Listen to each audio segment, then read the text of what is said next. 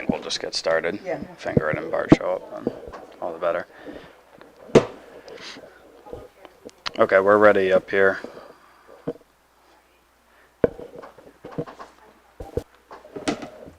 Excellent. Good afternoon and welcome to the November 18th, 2024 meeting of the Riverfront Advisory Committee. I have a few things on the agenda today, but see quite a few people out here, so we'll start with a public comment period. If anyone would like to come up and make public comment, please just state your name, address for the record. Is your only public comment period?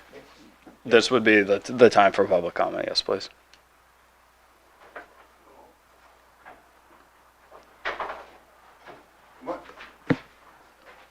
My name is Jerry Collins. I fish Chick's Weir downtown. I've been fishing that weir for 47 years and probably know more about the river frontage from the mills all the way down to the storage, to the pump house better than anybody. I know the history of the whole area, and I know all the people that used to own all the property. Chick's Weir has been down there. Chick Hayes fished for probably 40 years before I started fishing it. I've got some handouts with a slight with a kind of a brief history of the weir on it. We can document weir back to the 1600s, and like I said, Chick Hayes fished it for probably 40 years, and then I fished it for 47 years now. Oh, thanks. As far as the river frontage goes onto the park there, there's a description of Chick's Weir on a stone that's hidden behind a snow fence in a bunch of tall grass down there that nobody sees.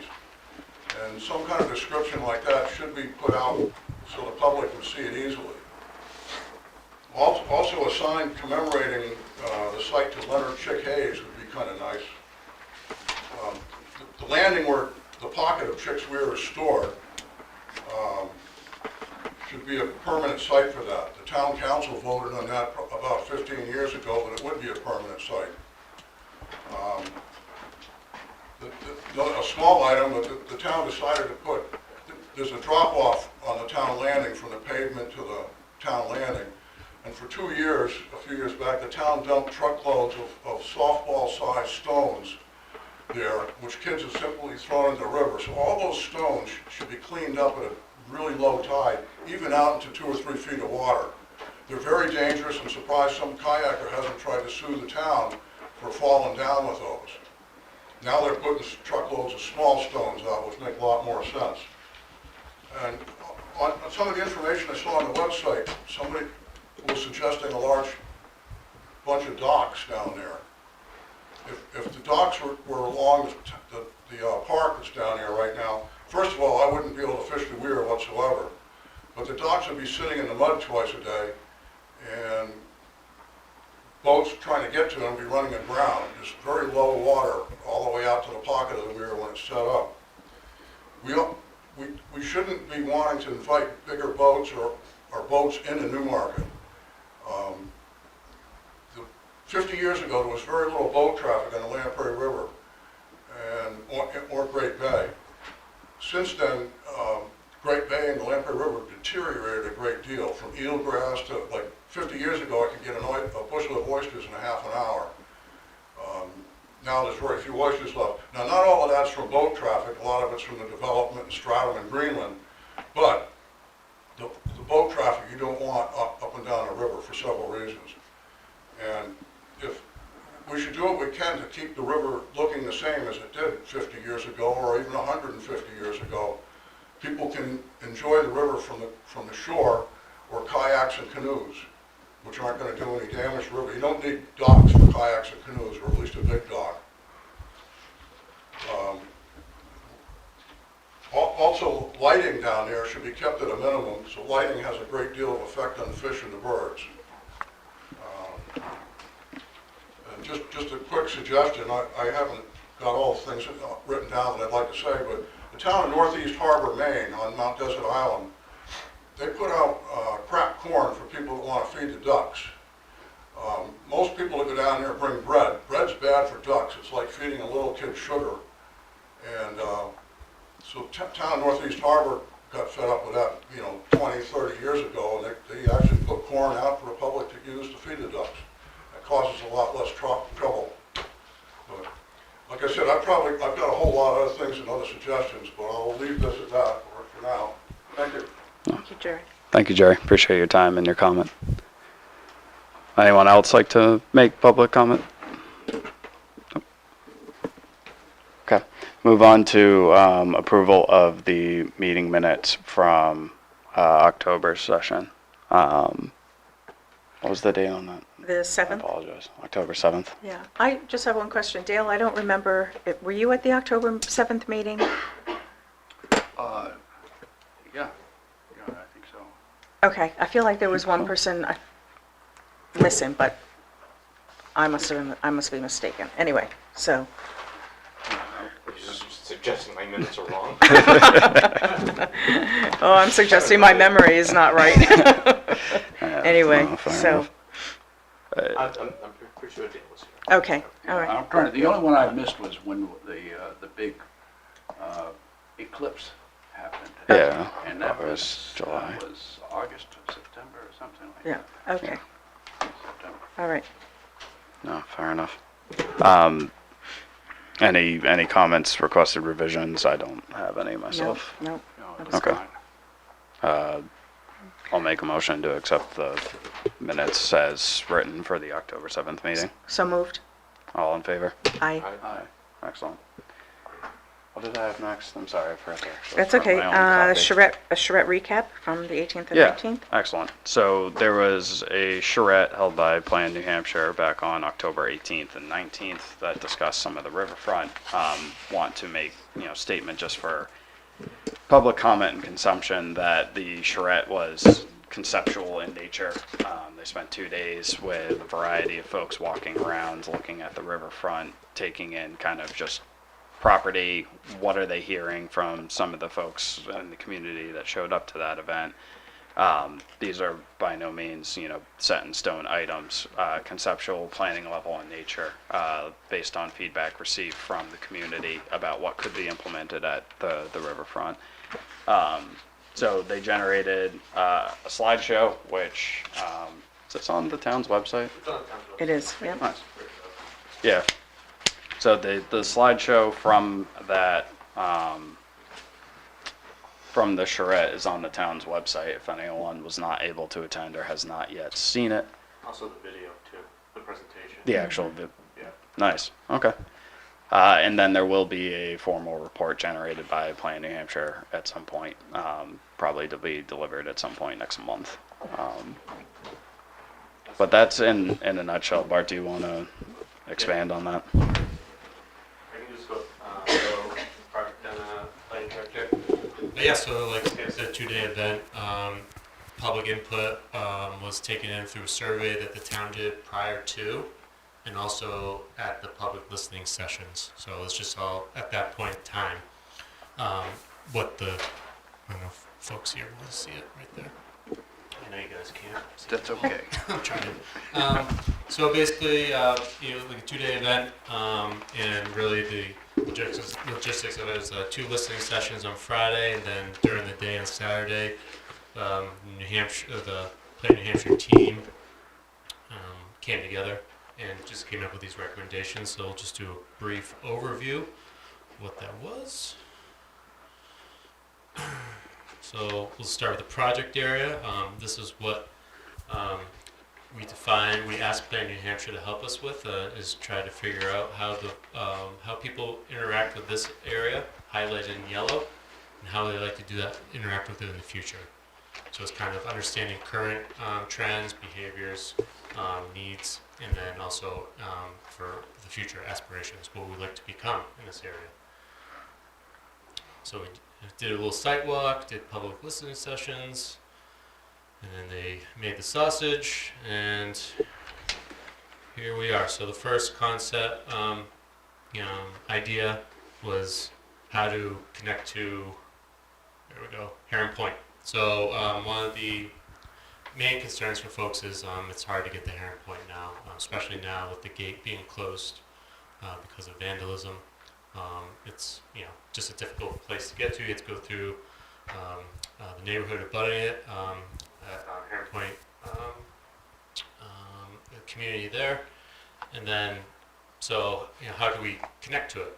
Utilizing existing conditions and opportunities. So one opportunity was maybe work with the existing landowners to get another easement coming off Bay Road right here, or potentially doing a bridge across either town land by the water treatment plant or a sewer treatment plant, or coming from Main Street, kind of where Arbor Park is right here.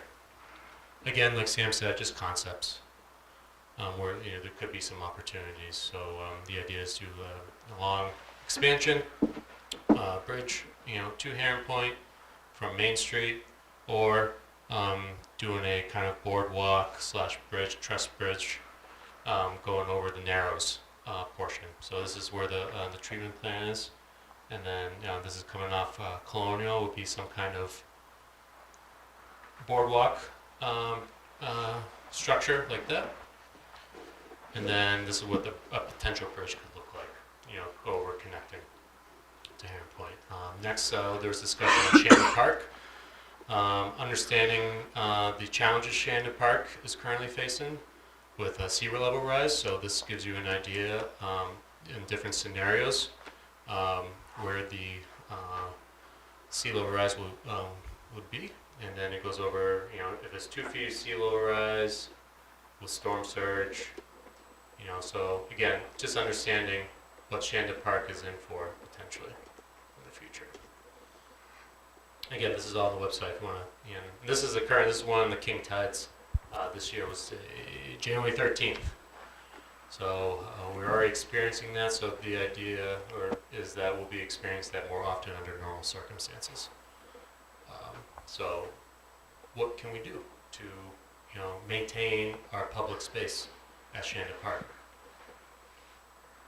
And one of those options is here's Moonlight Brook right here, and the idea is to replace the existing culvert system that's there and kind of expand it a little bit and elevate it. So there'd be more park space, and also be more resilient to sea level rise. And then also looking at opportunities to establish a living shoreline along the river at the mouth of the Lamprey and Moonlight Brook, or at the confluence, and then around the park in general, and also at the boat launch. So this is just a real quick version of what that could look like, and what could be on that new space, that reclaimed space. And the idea is to add more public art, more opportunities for placemaking. So bringing people together and facilitating interactions between the community. And one of our experts in art was they had these interactive art pieces there. So you see the children climbing on here or whatnot. So it's just becoming more and more relationship between public art or art and the community through these types of sculptures. So I thought it was a neat idea. And also, is there opportunities for more dock access, in addition to where the landing is. So this is just an idea where it could be, a lot of conversations moving forward on, if it's going to happen or where that's going to be. But again, there's opportunity there. And this is, what we could do for mostly kayaks. It looks like a little small craft there, but nothing too large. And again, then establishing a living shoreline, becoming more resilient to increase in sea level rise, and what that could look like, and how natural it could look, or more natural it could look like. So it looks like a little terrace system right here was, you see that, Dale? Is it a terrace system? Yeah, Yeah. yeah, I remember that. So this is kind of a cross section of what that would entail, and what the components, what type of vegetation there. So again, kind of being more of a buffer and to sea level rise, and being more adaptive. So again, just that, and then what do we have here? And then the other main conversation is like public rights to private landowner rights, the interaction between the two, and how are there opportunities right now to solve the challenges that currently exist. There's one misconceptions of where people can go. We have different narratives, and so right now is understanding where the public has access to, legally, and where they don't, and then how do we establish boundaries, and how do we, if our boundaries be established, or can we work together to redelineate those boundaries, and what would that may look like? So again, here's a concept right here. You have Rivermore Landing, and then you have a little public access space between the right-of-way, and then also the private gardens there that Rivermore currently has. So again, establishing a path for people to go and not trespass onto places where they shouldn't be going. And then another sketch here, and then here's the last concept here is kind of building a boardwalk along the riverfront, or the river's edge, if you will. So again, you preserve those private rights, and then you're utilizing the waterway through a boardwalk. So again, there's space between private landowners and the public. So again, I thought it was creative. A lot of conversations need to be had, but here's some examples. I think this is in Exeter where they've done this. Different scenario, different context, but again, the infrastructure, what that may look like, is right there. And I still don't know where this is, but it's again conceptual what that may look like. They said it was Portsmouth, but I can't find that Portsmouth. So yeah, I don't know where that is. All right. So and then this one's a little harder to see, but the dam park. This is actually going to be Leophilian Park, I think it's named right now. And really, there's a small piece of land. Zoom in. Right here. So It's where the fish ladder is. yeah, here's the fish ladder, here's the book exchange building, and there's this little piece of land right here that has access to the fish ladder. So right now it's trying to understand ownership, who has ownership, fee interest, or who has the title to the land, and who has an easement. There is an existing easement there. And is there opportunities for the town, book exchange, landowner, and Fish and Game to come together to see if there's if we can put a little park right there, because it might be a good opportunity for a little kayak launch there, and just another spot in downtown to hang out and enjoy the river, enjoy the views, enjoy each other. So I thought there's just a concept what that could look like. Again, then this is really for access up the river. We do have places like Shotmeyer Park. What's the one? I always forget. Sliding Rock. There's we do have launches there, or at least in Sliding Rock. But again, this would be another downtown access point to the upper portion of the Lamprey River, which right now is just you can only do privately if you have consent with the landowner. So moving on, for this portion is the town is exploring ideas and opportunities to see if we can make the intersection of 108 and South Main Street more safe. We are in consultation right now with the Regional Planning Commission and their 10-year plan process to see if we can maybe explore some options for reconfiguration. So the idea for this scenario would be to make, if you're traveling southbound on 108 coming from downtown, as you approach South Main Street, right here, this would turn into a one-way. Right now it's currently two-way. There's, everyone knows the issues there. So, which is, unsafe traffic behavior, people going to higher speeds because it's kind of like a slingshot if you are turning onto South Main Street. So what we would do is, and there's two parts. One, make that one way, and then there'd be some reconfigurations along Cherry Ave and 108, which we'll go into in a little second. So, based on that feedback, they kind of developed a plan here to add to reduce the travel lane and give a sidewalk across the street where the one doesn't exist right now, and add parking spaces. Really define parking spaces for those businesses on South Main there. So the idea is this to be more people focused than vehicular focus or emphasis. And also there's just a concept, if we worked with the landowners, the residents up here for this parking, maybe that turns into a park as well. Does the fire station, does that have, can that more life be breathed into that? Can we work with some entity to be more active, honoring the engine that's there, but also maybe have an additional use there, or maybe it becomes more of a community meeting space. So again, this is just a concept, and this is the concept blueprint that we're using. So again, you're emphasizing more different modes of transportation. So either through walking and then biking, and then you reduce the travel lane there. So this is a concept that what it could look like, what it may look like. Creating more space, landing space right here. So there's a sidewalk. And then adding more sidewalks along the left-hand side of South Main.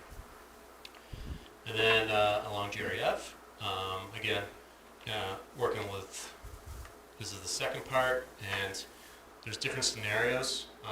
There could be a signal there, a roundabout. This was just one option that we, the time that we had, what it could look like. So in consultation with DOT, our drafter drew this. And again, if you're traveling south and you want to go up towards Town Hall, you would take right here, you take a right onto Jerry Ave. Again, if you were coming from Grant Row, South Main Street, and you want to continue north on 108, you would have to come down Jerry Ave and then up 108. And then, not too, again, adding more space, more public interaction, placemaking. Is there opportunities to work with private property owners around the Woolley House to make that more interactive and activate more opportunities for social interaction? So these are just some ideas, what that could be in that space. And again, the fire station. Again, so just adding more opportunities in life to the downtown. And then this is just a little digest on existing public, because one of the big issues that everyone has noticed is there's lack of parking, and where can we utilize our opportunities for existing infrastructure, or can we add infrastructure to add more parking? Do we work with different partners to add that space? So they're just kind of jotting down current conditions and then where there's opportunities for parking. And then also charging stations as well as we move forward in the future. Most likely, we're going to transition to different ways of driving, different how cars and vehicles are being fueled or charged. So again, there are opportunities to put electric charging stations where those may be. So understanding where they are now, where do people go to use them if they're not in town, and where they could be in town. And then kind of like the low-hanging fruit, which I think would be super helpful for everyone, is developing better wayfinding, so better signage, where points of interest. Right now we have some signage. Sometimes you can't see it because it blends in with the sky. So again, developing those, what do we want, where do we want to direct people, what places we want to direct them to, and then making sure that we're communicating effectively through good signage and signage practices. And then there's just a digest of our, from an economic development standpoint, of our regulations. Are we trending the right way? Where can we improve upon? Are we utilizing our partners and regional partners to help us achieve our goals? And what can we do and to improve upon that if we are not. So these were just final thoughts from the group right here. Continue the momentum, invite people into the process, connect with peers, celebrate wins, big and small, revisit, reset, keep on keeping on. So again, this is an iterative process. I'm very happy we have folks in the audience here. I think if we want to create the vision, we got to keep on doing this, and I'm just very happy that this was kind of a spur to to further conversations and further plan development. So just kind of the next steps is that we're going to take these recommendations, these concepts, continue public engagement, and then Liz Durfee, she's going to talk about our master plan process, because the whole idea was we're creating a chapter for the Riverfront. So from this process, and then our past other engagement processes, we're going to continue and help develop. We're going to develop a chapter, and which will be the platform for us to use in making improvements to the downtown Riverfront. So, with that, take questions. Go ahead. So one of the takeaways that I had from that charrette was that there were a number of complaints about the maintenance of the riverfront walkway there. And there was some question as who's responsible for that. So could we add that into here, or Yes. is that something the committee can work on? So we'll look into that. I think that it's specifically in Lane's Wharf. So yes, we can add to that. Okay, so that's not, it's on the radar screen. It's on the docket. Okay, thank you. Yeah. Maybe more of a comment than a question, but, Bart, thanks for the summary and kind of going over it again. Anyone watching or anyone here, if this is the first time you've encountered this information, or even if it's not, just again, everything here is very preliminary, conceptual in nature. But that said, while this was all generated in 2 days, the team was extremely professional, extremely enthusiastic. We have a great downtown, a great riverfront. Anyone who's ever been to Newmarket or lived here knows that. We want to use this, and we want public engagement and opinion on the riverfront, because, as Bart mentioned, the next step is to, workshop a chapter for the master plan specifically related to what the town's vision is for the riverfront, and to get that adopted by the planning board. So we'll have future meetings. We meet every month. It's usually the second Monday, 4 o'clock. Provide some public comment, give us your 2 cents. If you don't want to come, you can't make it, write a letter, care of Riverfront Advisory Committee. Let us know what you think, because we do need to make some sort of actionable plan here. And, if we've missed the opportunity through the charrette or through the master plan surveys, then that's the best way to engage at this point. So let us know what you think, because that is the next step, is where does the town see the riverfront going, and what are our priorities or our goals here. So I think that's kind of just a little bit of a stump speech, I guess, for lack of a better term. But if not, I'd be happy to kick it over to Liz to segue right into the master plan. Sure. So unfortunately, I had a website snafu, and I couldn't upload Liz's presentation, but you do have printouts. And if anyone in the audience wants a printout, can go get one. So, without further ado. Well, another thing that I heard was, you touched upon it briefly, but south of the Moonlight Brook here, going to the land behind the water treatment plant there.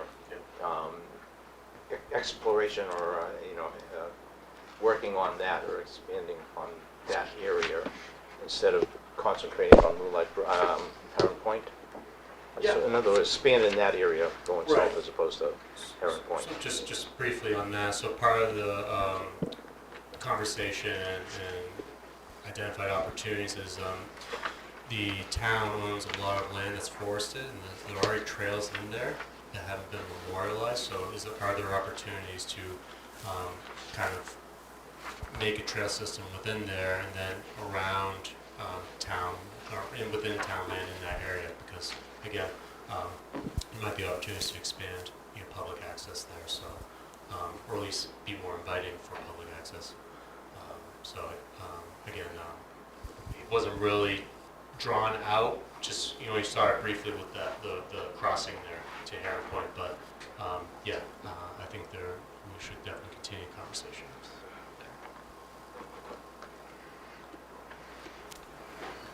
I have a few black and white copies. I only bought 5. I just know about the IT issue. But Yeah, sorry. if you want Can you that. give her the microphone and ask her to state her name and what? Yep. Okay.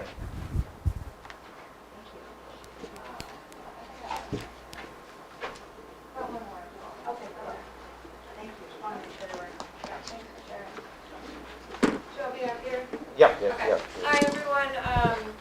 Liz Durfee. I'm a planning consultant, and I am contracted by Stratford Regional Planning Commission to support the master plan, and specifically I'll be working on the downtown Riverfront chapter. I'm really excited. I actually used to work for the Stratford Regional Planning Commission about 8 years ago and have done a couple projects in Newmarket in the past.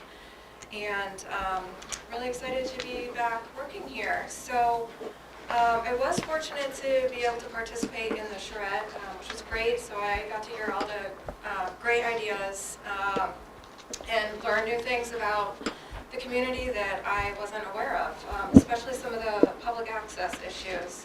So tonight I wanted to just give you a quick kind of overview of the master plan chapter and review some of the other public input, and then collect a little input from you and talk about next steps.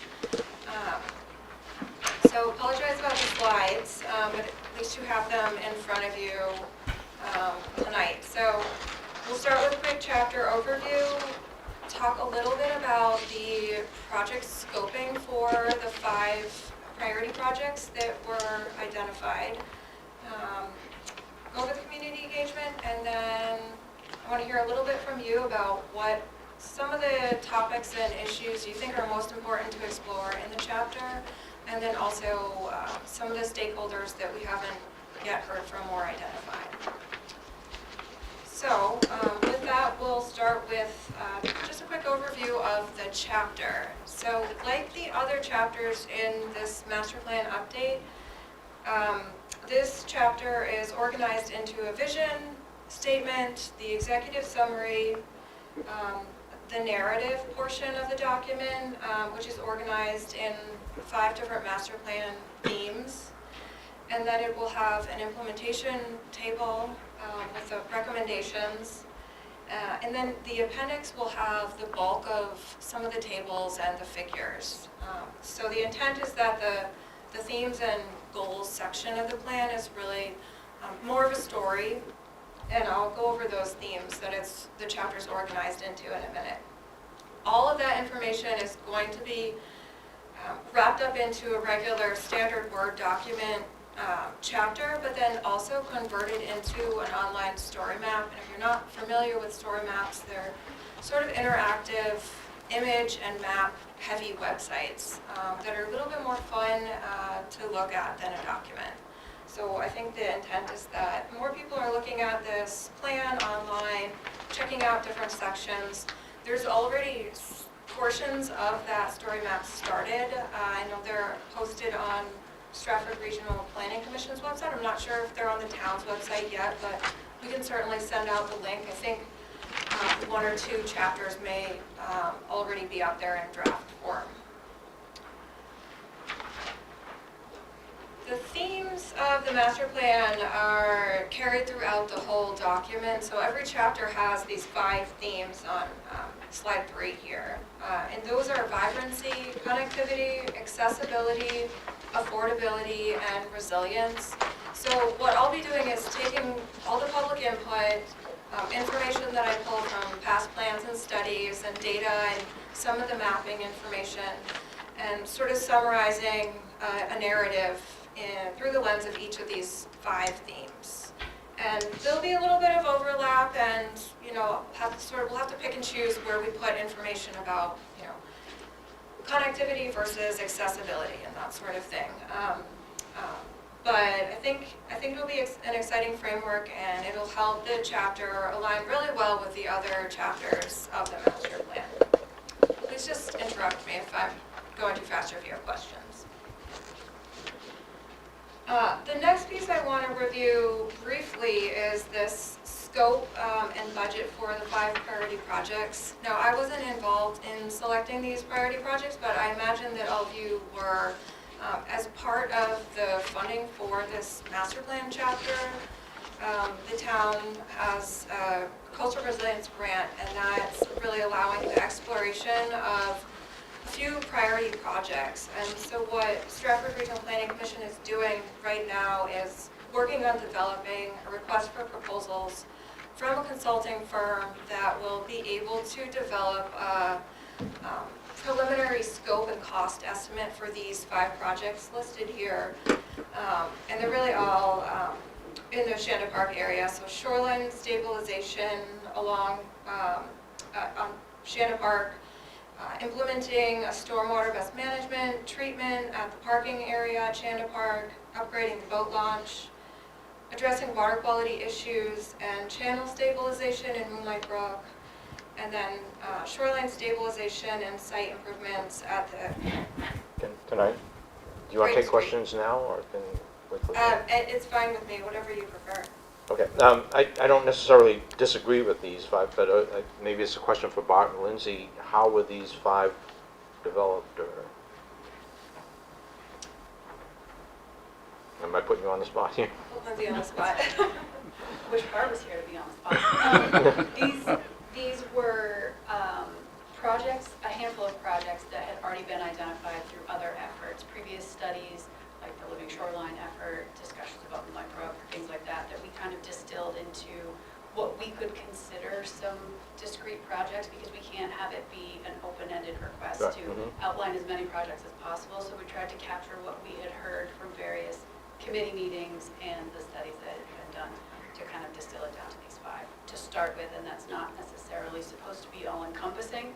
It's just these were already kind of the low-hanging fruit, so to speak, in terms of putting something in, and this will be expanded upon as we continue the work with the master plan chapter. And do we have any budget? As far as I know, there's The no. purpose of this is to give us some preliminary And budgets. I get an that idea we what it can- is that we got to do. Yeah. Here he is. I don't know if you want to chime in on answering where these priority projects come from. I think I covered it. I'm fine with that answer, right? But Okay. maybe Bart might have some. Yeah, I know what you said. These are just based on conversations in the past, that the Riverfront has had. These were identified, but it's not set in stone. That's why I think we're having this conversation right now. This is what we identified through all the conversations up to this point, and then we make adjustments accordingly. Yeah, I don't know if it came from it, but I feel like I like the 5 projects you've laid out, because I think at various points we've had conversation where we said, well, we could imagine it happening in phases, where the priority at first are on the parts of this that are closest to Shanda Park. And when we get these accomplished, that whole area of the downtown around Shanda Park would be considerably accomplished. And at the same time, you begin to understand and put in the master plan what other conceptual ideas,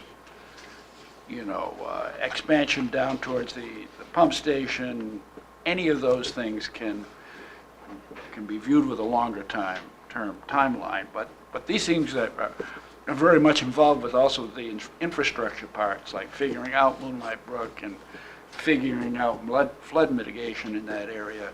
A lot of those are in this part of the planning. So I think it was a good list. I would also say that I don't know that these projects would be framed as the 5 priority projects that come out of the master plan chapter, but they're the projects that will be kind of explored as part of the development. I think that if we waited for the 5 top sort of engineering projects that came out of the master plan, there wouldn't be time to do the scoping for these individual projects. So I think that exploring these projects will sort of happen while developing the chapter as well. And the set of recommendations that come out of the chapter will certainly go well beyond these specific projects too. There's funding available to incorporate this piece, and this is kind of it can be a hurdle to get to that step of scoping and understanding a project budget after you have your master plan and your recommendations, so it's sort of like an added component to the chapter.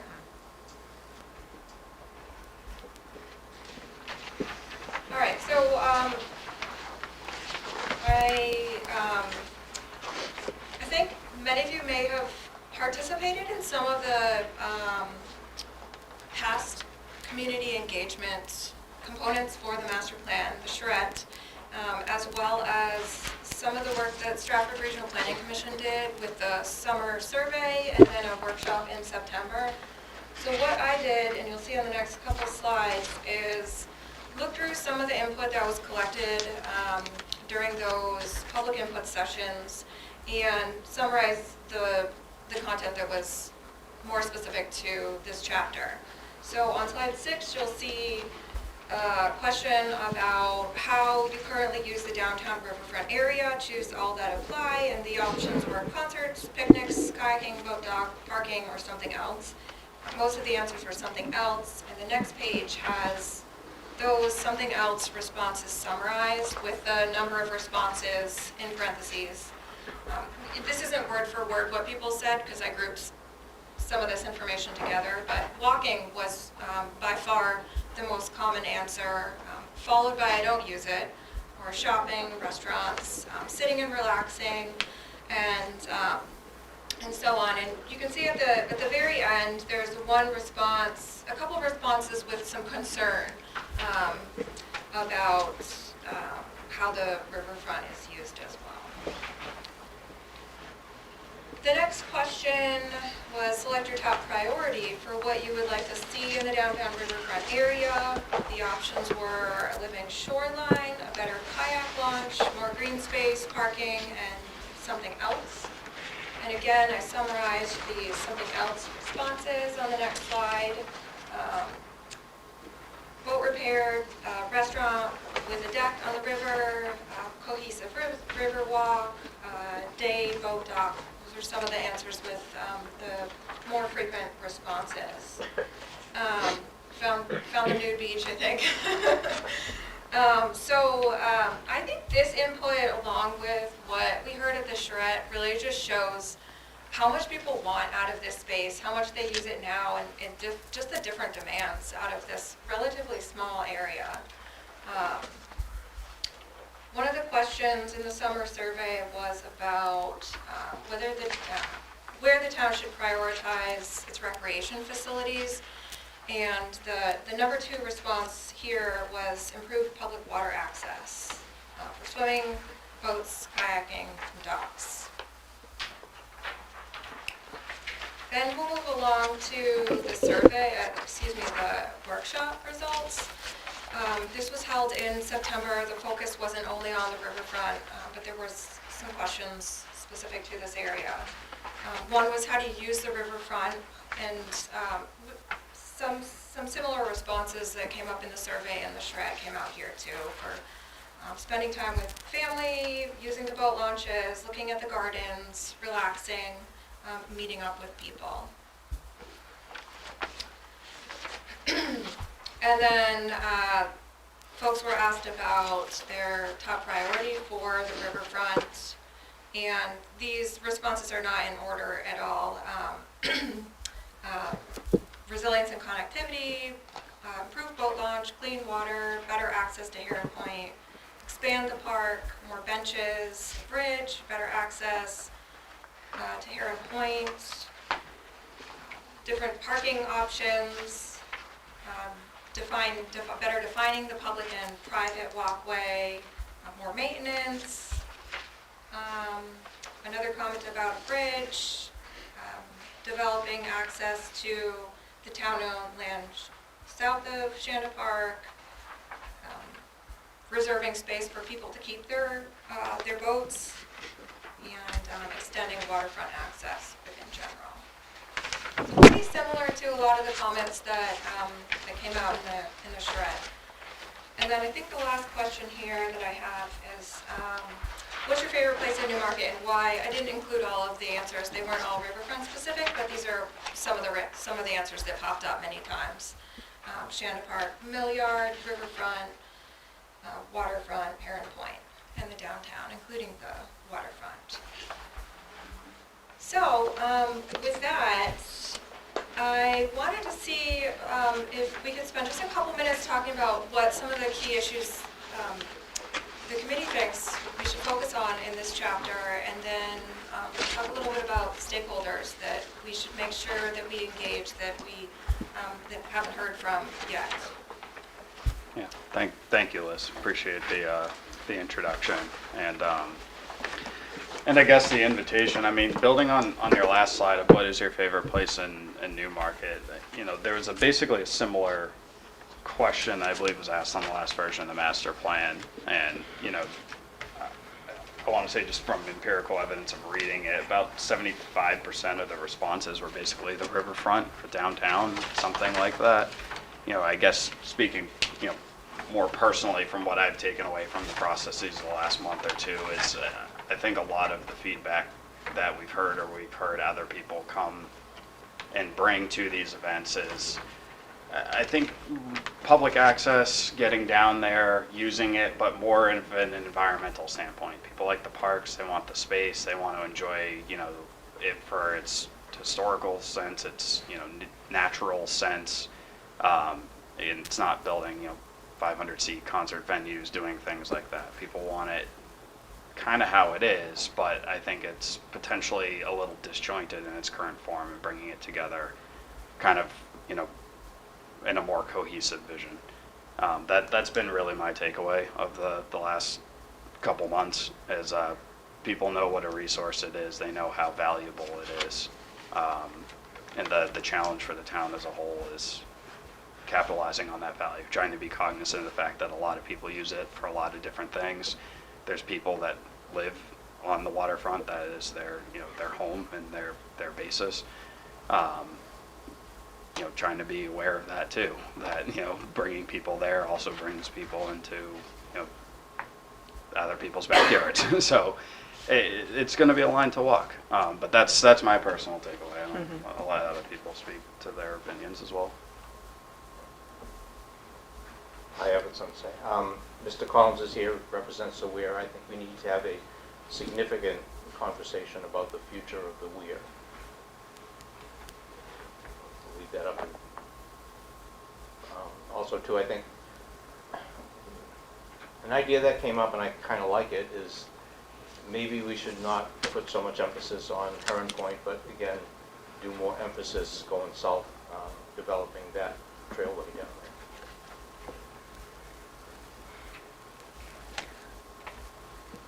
I think Heron Point is also very, you know, a land that is very valuable to the town. And I know I brought this up during the charrette, and that there are more economical ways to engage people over at Heron Point than with a bridge. As I mentioned, you know, the Freedom Trail is 3 miles long in Boston. It's the #1 tourist attraction when people go to Boston. So we could certainly look at doing something very simple to bring more pedestrian traffic over there, as long as, you know, people can be respectful of the mobile park that they'll be going through. And again, bringing that through the downtown area. I'll just add to, I think, a priority has to be Moonlight Brook. Absolutely. Cleaning it up And the water quality. I mean, that's on the 5 priorities, but that, to me, is the #1 to get everything going here. Yeah, I think once people are aware of what the water quality issues are, then that creates quite a bit of public interest in seeing that resolved. Yeah, I agree. As far as the Weir goes, I think we have to figure out what choices the public has about that. You know, I understand the Weir has been there in some form for quite a while. And you know, I'm not sure, though, that it is ever, the process of having weir there was ever granted in perpetuity the right to store it, you know, so that all other uses that would prevent the weir from being stored there are precluded in decision-making by townspeople. If we plan to do something that didn't involve storing the weir there, I think that's a choice that Newmarket citizens have to make. And as long as people kind of understand what we're getting from the weir and those kind of choices, I think that's fine. But I don't think a lot of that is really understood. It's not really understood that well by me, what the town council intended. From our standpoint here in the conversations, we've always understood that it was now under the authority, so to speak, of the Conservation Commission. But I also feel, though, too, is that the riverfront is the history of, the river is the history of this town. And the fishing is, you know, something hundreds of years old, and it has been done, and it's a great example of how fishing occurred. Just like the mills the buildings are a key, you know, vision as to what the town was and how it hustled, the bustle, and the economics of the town. So it's important to have those different stages and to maintain that history. So It may be an element of just, you know, further education for ourselves personally and the public. I mean, Mr. Collins, I have looked through the material that you've provided. You know, I see a ton of correspondence, a lot of, you know, past support for the weir. It's not intended to overlook that. It's just all of that is from a long time ago, long before, you know, I was in town, long before this committee existed. I think it's just additional understanding and information for ourselves will be helpful down the line. I also think, too, there's got to be an emphasis, as Joe mentioned earlier, about the maintenance along the river walk itself.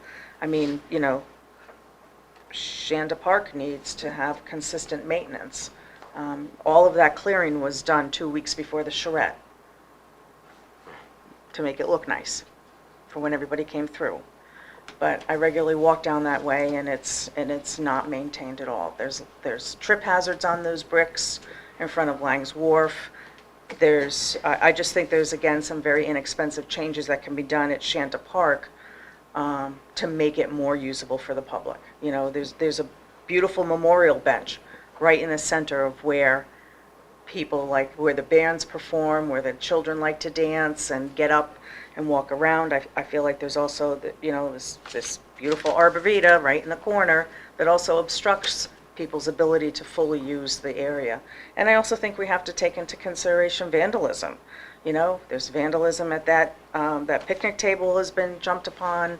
We've had issues with the vandalism at Heron Point. So those are all things that we have to think about as well. You know, whatever is placed there. So, and I think sometimes when a community, all members of the community have some ownership in it, it actually helps alleviate a lot of the vandalism. So in other words, getting people to help install and design and things like that. So. Yeah. And certainly signage. You know, that's been my big beef all along. You know, don't feed the ducks. You know, it is against, you know, we've had issues with the ducks migrating across Main Street, and they're getting hit by cars. Every spring we have a duck, you know, new ducklings that fall into the storm drains on Penstock Way at Rivermore, and the fire department is always there pulling them out. Again, they are, and you know, and I think this is something that we really have to educate the public about as well. When you feed them, regardless of what you're feeding them, they become domesticated, and then the fecal matter adds to the contamination of the waterways. So. Right. I just mentioned that because this is sort of follow-up from previous conversation. Because the signs are in development. I know, Bart, are the QR codes, have those stickers come in yet? They have, but soon. Yeah. So the stickers are there, and Bart and I did meet with Chief Jordan about that. And it was somewhat interesting. He's, you know, they've already been doing education about feeding ordinance when they see people feeding. Yes. So they have been warning people.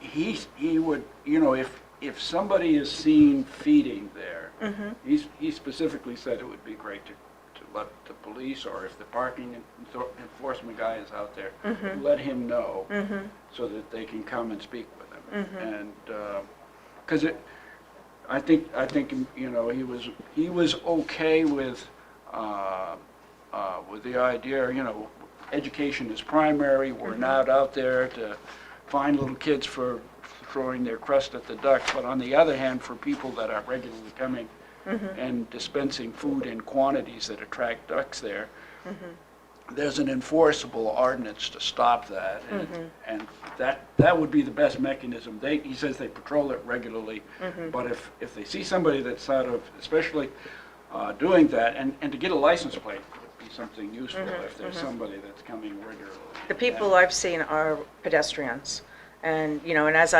as we've discussed in previous meetings too, the signage is facing north. So it's not, you know, you really need a 3 or 4-sided sign so that it hits pedestrians from all angles. So, and you need to have it more at eye level, and it shouldn't be wordy. So, Right, but You know, I didn't get the sense, Betsy, that the primary reason was some of the people that came there regularly, and I can remember you mentioning talking to somebody. Yeah, A yeah. lot of it has been, they don't care what the sign says, they don't feed ducks.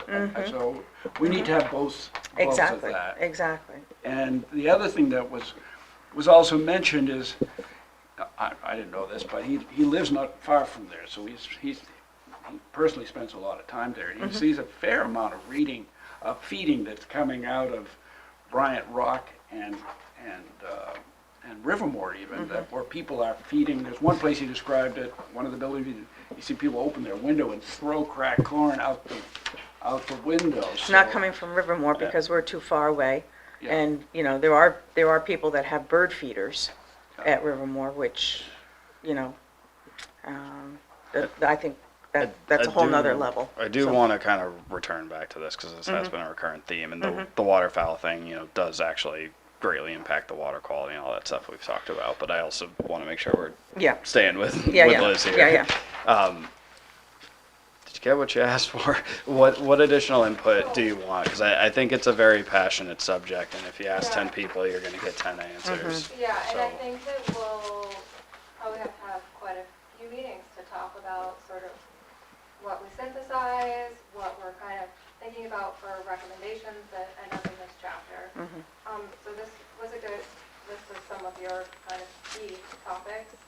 If there's any stakeholder groups that you think we haven't communicated enough with or at all so far, for the threat, I don't know specifically who's targeted for like the surveys or the workshops, but just to make sure that we're letting people know that these meetings are happening, going to their meetings, you know, if needed. Want to make sure that we get everyone involved in the process so that folks aren't surprised or unhappy with the outcomes. Yeah, I mean, just to speak generally, like the town has posted most of these things as public events. They've been on the websites, they've been on the town calendar, things like that. You know, in preparation of like the shred, I know Barton and his staff put out like a direct mailing to basically every abutter on the riverfront. You know, they got something kind of directly mailed to them. There's been questions about it on the master plan survey. So, you know, I think the town's done a very good job attempting the outreach. You know, obviously the numbers can always be higher. So, you know, at this point, especially with the chapter development really taking place over the next couple months, you know, with the intention of basically finalizing the master plan in the next 6 months or so, you know, continuing just mentioning it as many times as we can here. You know, anyone listening, mention it to your neighbors, you know, talking to other committees, letting them know, just to increase the base of people that are hearing a similar message. I think that's it. In terms of specific stakeholders, I'm not really sure. Just can always have input. It's not it's not something that a select few people use, it's something everyone in the town uses. All right, so next steps for me are to kind of continue with digesting all of this input, drafting some of the narrative. We'll be meeting again. I guess you and Bart can let me know how often you want me to come back. Be working on developing the recommendations. Certainly we'll need time to kind of review even the narrative and the recommendations. All of the folks that are working on individual chapters are meeting with the master plan committee, and I'm scheduled for February. So we'll be providing an update on the chapter at their meeting. I think it's the 12th, but don't quote me on that. And then, yeah, the goal is to kind of get the chapter pretty well developed early spring, and then have time for review and the public hearings before the grant deadline is the end of June. Just for my curiosity, maybe others have a similar question, but what is the best way, I guess, for us to communicate with you? I mean, should we kind of pair thoughts? Should we just have set aside, 20 minutes for you at the next 3 to 4 meetings? I don't want to make you come back every month, but how do we best communicate, I guess? It's really up to you how you want to communicate with me. In some communities, the committees will communicate with the staff person who then sends me comments. If you want to communicate sort of in between meetings, certainly don't be emailing yourselves in between meetings. I'm comfortable if you want to email me or call me directly, but that's really a committee decision, I think. And then I live like a mile away, so I am happy to come to all of your meetings on Mondays. Can I go through Bart or Lindsay? Yeah. I think it's fine. Just CC me and Lindsay if you want to really contact us, so we're not wasting time. So I think that's fine. I mean, if you're Yeah, cool with that's that. fine with me. That sounds good. Okay. Just for Yeah, it's just don't, very important, please. yeah, no, exactly. I mean, I think You don't want more work, come on. I think even across our small committee of 5 people, we probably even have somewhat different opinions on certain elements too. So I mean, I think we can communicate. I think more information is probably better for you than less in the initial stages of development. So I think if anyone has anything to say, I think we can kind of put it out there, copy the town so that there's consistency in that message, I guess. Yeah, I'm kind of wondering, just conceptually, like to think about the raised landing area crossing Moonlight Brook that was, was one of the things that came back from the charrette, creating a raised area within Shanda Park, and then the changes that would look like at Shanda Park, and making changes to the parking area to make it for better stormwater management, and some of those kind of things that would, in some sense, they're 5 different things, but they're all part of that same area, and then over to the pump station and access to that pump station. I think it would be interesting to even by the next meeting, to start to say, okay, if we consider ourselves to be moving forward with, because this is all part of better maintenance of the park and a lot of other things, changing the boat landing as was proposed there. What does that kind of look like on a timeline? And what are we trying to, how much more public input do we need to have? Do we need better conceptual drawings to help people say, yeah, I think that would be really good for that area? And then we can kind of build from the concepts around that are right around adjacent to Shander and radiate out with other ideas that we want to talk about, but focus on that in some way. Not to put Lindsay and Bar on the spot again, is that part of the outcome for the CRG funding though? Yeah, I think it's just more identifying those projects, and then what the idea is to build upon those. So Okay. There's only so much money we have dedicated to this specific for the chapter development, but Sure. I think it's just finding what those priorities are, and then we build a foundation from there. So I think that second part where you just described would be next steps after identifying what we want as those priorities. If that makes sense. Okay, so would it be, with that step, if we're talking about priorities, are you looking for ratification of the 5 that were just in the slide today? Or, It could change, so based on conversation. So my understanding of the project, that's what we picked, we went with when we applied for the grant. And then, but with the understanding that through community dialogue, that they may change. right, Yeah. I get that. Yeah, and I'll touch base again with Stratford Regional Planning Commission on this piece specifically. They issued the RFP a while ago, but they got feedback from consultants that they were asking for too much for the budget of what was available. So there is likely the opportunity to change up these projects, but I will have to confirm that to see where they are in the process. I know they've been trying to get it out as soon as possible, but we may still be able to modify this specific list. But sort of jumping back to your question or comment, Dale, I think at the master plan chapter level, what we might sort of end up doing is identifying all kind of key projects. If there is sort of like sequencing or sort of dependency on one project and another, then we kind of get at that in the master plan, but not too much into like the cost of doing things, because that's really beyond the scope of the planning document and something that changes, every year anyways.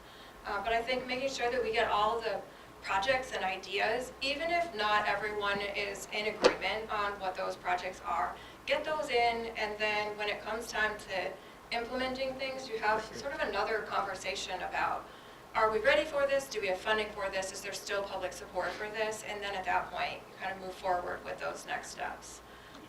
So we do want to make sure everything's on the table, and we'll get to like a little bit of, you don't want to do this without that, or we need this first.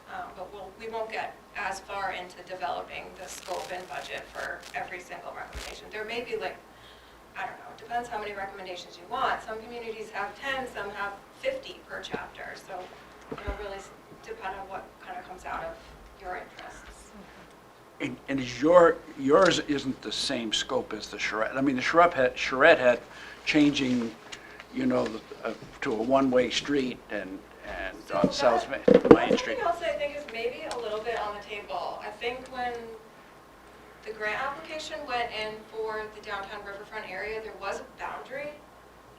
That boundary doesn't include a lot of land. So I think we might want to think about what is the downtown Riverfront geographically, and what do you want included in this chapter, within reason. So I don't know that we're going to connect the 152, 108 intersection into this chapter specifically. It doesn't strike me as really riverfront, Right. aside from its proximity. But certainly connecting Heron Point, connecting the trails, maybe the water treatment plant area and the Fish and Game dock or landing up there. I think that's downtown riverfront area. So we will have to sort of figure out where we draw the line of what's being included. Yeah, there's a separate transportation chapter for the master plan, so something like that is probably better geared for that. It was touched upon in the charrette, but I think it stays out of the riverfront chapter. Any other comments or questions? What would you think that our next conversation should look like then to contribute to this? Do you have any, can you give us a little more? What would you like to see this committee do at a future, maybe the next meeting that Yeah. we do this? When do you want me back? So our next meeting, just second Monday, which for the first time forever doesn't seem to fall on a holiday, would be December 9th. Okay. So just kind of looking around, but that would be the next meeting, December 9th at 4 o'clock would be the next one. So if Right. that's doable for you, I would propose that. And it's far enough out from the holidays that folks may still be around. So I won't have too much crafted by then, because I would want to send something a week in advance, and that's really just a few days. Yep. Considering Thanksgiving. But what I will do is kind of distill more of the information from the charrette. We don't have the report yet, but we have all the information. From the charrette, the public input, and kind of come up with some general topics that we can include in each of the sort of 5 discussion themes, and then present that to you and sort of see how you're all feeling. And I also have been going through some of the other documents, like the Living Shoreline Project, and sort of see what still resonates with the town from some of those older, not older, but previous documents. So I'll do that for sort of the next round, and I can send that out through BART in advance, and then we can revisit those items. Okay. And yeah, I mean, I would maybe just encourage the other committee members, like, if we have specific things we want to say, maybe email is, I mean, not to give you a ton of work and homework to do on the holiday, but just give you some initial feedback, more data points as you're kind of working through that. Yeah, definitely. Thank you for your time. Thanks, everyone. thank you. I passed around this little sign-in sheet. We were tracking in-kind match for the grant, so I'll grab yours, and I think we can get the public Oh, to sign sorry. in as well. Probably, yeah. Yeah. So if you do spend time outside of the meetings, just jot down how much time and the date, and then we can incorporate into that, incorporate that into the match for the grant. They need to sort of hit a certain dollar amount, which I don't think they'll have an issue hitting, given the charrette, but we'll track it anyway. Excellent. Thank you, Liz. I appreciate it. Thank you.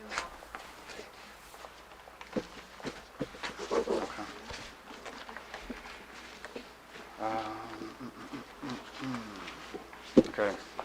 Changing gears, I think the last couple items can be a little bit more abbreviated. I know that one item that came out of the charrette process or something that I think we all noticed and talked to each other individually about a little bit was the opinion that the town should go and look at the Heron Point deed, you know, some of the access agreements, the site plan approvals for the condo developments, go back and do like an easement review or just understand what access rights are there, because I think it is unclear and the general member of the public is not aware of what that is. So in order to talk about future connectivity options, future expansions, or, you know, rerouting a path, we have to have an understanding of what the existing is. So I think there was some general agreement and consensus amongst us that we thought that was valuable. It seems like the town has initiated that, so let it lie for now. But just going back and doing that seems important. I don't know how we have future discussions without understanding existing condition, so. Do we have an update or anything? No update. The town is initiating that review and updates to follow. I've also put, one of the items I had put on there was just master plan responses or charrette feedback. Sorry, not charrette feedback, the workshop in September feedback, but Liz actually did a good job kind of summarizing that in the slide anyway, so I'm going to kind of gloss over that because she really kind of hit it in there, just some of the feedback that folks have provided about how they use the riverfront and what they see, you know, as useful things or what they would like to see moving forward. I did want to bring up in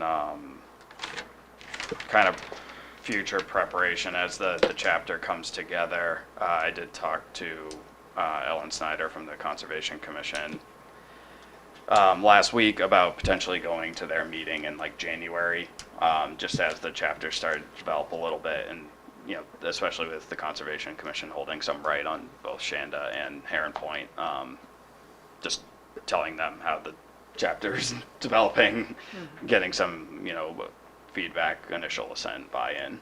Not the only time, but just trying to make a synergy between us and them. So if everyone's okay with that, I'll plan to attend their January meeting. Do we have a date for that? I mean, January 9th. would it be beneficial if other members from our committee who attended as well?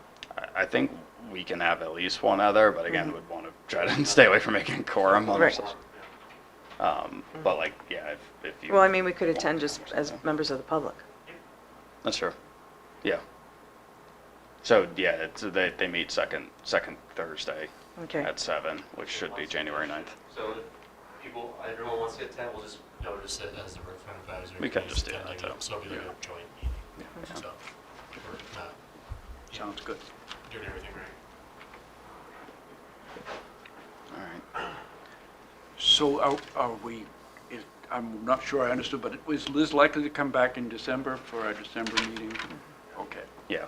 Yeah, if she lives close by, that might be the easiest way to maintain a line of contact, so she doesn't have to read their, 40 separate emails and catalog them or whatever. Just maintain that consistent interval of checking in with her and working through that.